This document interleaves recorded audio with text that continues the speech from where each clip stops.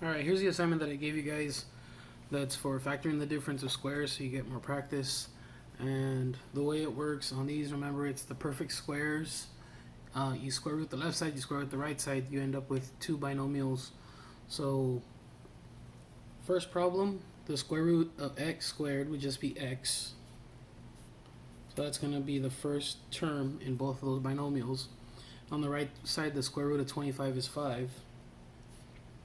So there's those, and then remember it's plus and minus, signs are opposite, and that's it for the factoring. They didn't have a greatest common factor, you didn't have to do anything else.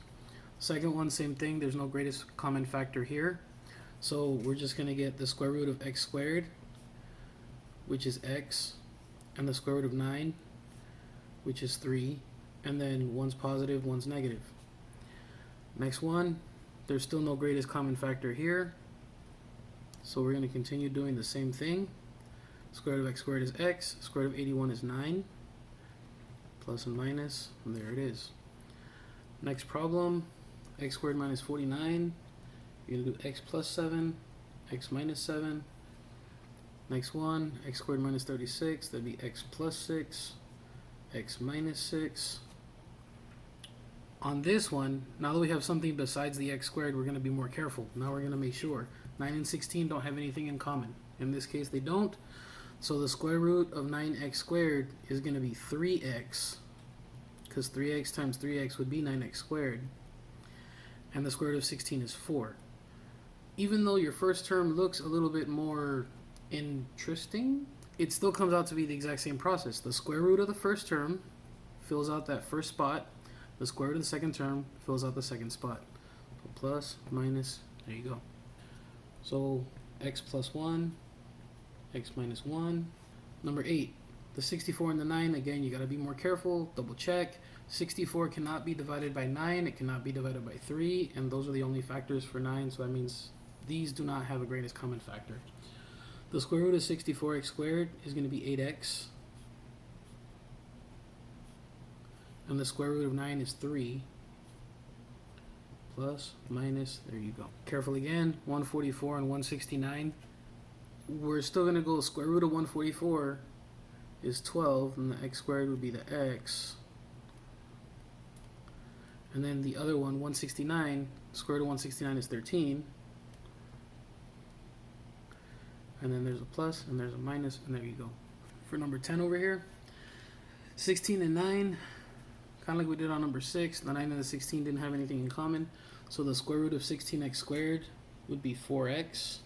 There's our first terms, 4x. And the square root of 9 is 3. Second terms, there's 3, plus, minus, done. Number 11, the square root of 121 is 11. So x squared gives you the x's. 121 gives you the 11s, plus and a minus, done. 25 and 9. Double checking, 25 can only be divided by 1, 5, or 25.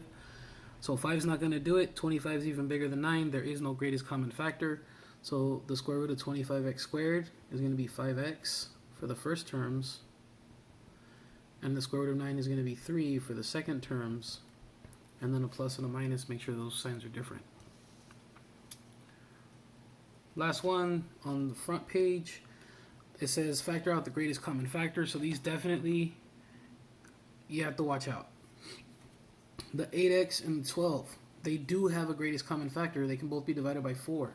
So if you divide them by 4, they're going to become 2x squared minus 3. After you factored out the greatest common factor of 4, 2x is not a perfect square, and neither is 3. That means that on this problem, that's as far as you can factor it. We did factor out the 4, so we would leave this as our final answer. You wouldn't write prime on this one. Next one, x squared and 81. This is not a difference. You have to watch out. If it's not a minus sign here, it's not a difference. You cannot factor using the perfect squares. So on this problem, they don't have a greatest common factor. There's nothing you can do here. So we're going to write prime to show that our answer, to show that the problem couldn't get simplified any further. It couldn't get factored any further. Number 15, 16 and 25 do not have a greatest common factor. So this is a difference, And 16x squared is a perfect square. 25 is a perfect square. So 16x squared is going to give us 4x for the first terms. And then 25 gives us 5 for the second terms, plus minus. The 12 and the 8, they have a greatest common factor. You can divide 4 out of both of them. If you divide 4 out of 12x squared, you get 3x squared. And if you divide 4 out of 8, you get 2. 3 and 2 are not perfect squares. That means you would stop right here. Number 17, 18 and 8 can both be divided by 2. That leaves us with 9x squared minus 4. On this one, even though we already pulled out the greatest common factor, since we have a perfect square with 9x squared and a perfect square with 4, and that's the difference between them, we're going to work on this part inside of the parentheses. We're going to ignore the 2. We're just going to bring it down. But we're going to pretend it's not even there. We're going to go 9x squared is going to give us 3x. The 4 is going to give us 2. We have a plus on one and a minus on the other one. So the 2, the 3x plus 2 and the 3x minus 2 would be your 3 factors. Number 18, 50 and 8 can both be divided by 2. If you divide 2 out of both of them, you're going to get 25x squared plus 4. That's not a difference of 2 squares. 25x squared is perfect square, 4 is perfect square, but that's not a minus sign in between, so it's not a difference. That means that you would stop right here. You cannot go any further. Number 19, 16 and 4 can both be divided by 4. If you divide by 4, 16 divided by 4 is 4x squared. 4 divided by 4 is going to be 1. And then, once again, 4 is a perfect square, 1 is a perfect square. That is a difference. So let's drop this 4 down and then pretend it wasn't there. The square root of 4 is going to be 2, so this will be 2x. And then that 1, square root of 1 is still 1, plus, minus, box our answer, done. 14 and 7 can both be divided by 7. 14x squared divided by 7 is going to be 2x squared. 7 divided by 7 is going to be 1. That's a difference.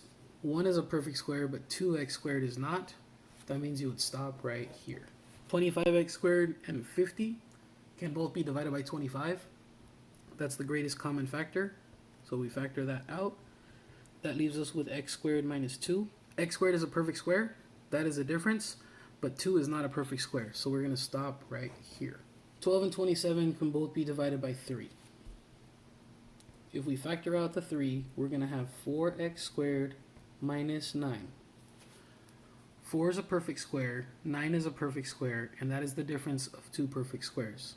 We're going to keep going on this one. Drop the 3 down, pretend it wasn't there. Square root of 4x squared is going to give us 2x for the first terms. The 9 is going to give us a 3 on both terms, and we're going to have a plus on one and a minus on the other one. Our answer would be the 3, 2x plus 3, and 2x minus 3. 23, 25, and 10 can both be divided by 5. When we do that, 25 divided by 5 is 5. 10 divided by 5 is 2. 5 and 2 are not perfect squares, so even though this is a difference, we're not going to go any further. We're going to stop right there. On 24, 15 and 30 can both be divided by 15. That's going to give us x squared plus 2. That's not a difference. That's not even a perfect square. So all we could do is get out the greatest common factor, and then we stop. Number 25, the 3 and the 9 can both be divided by 3. So that's the greatest common factor that comes out.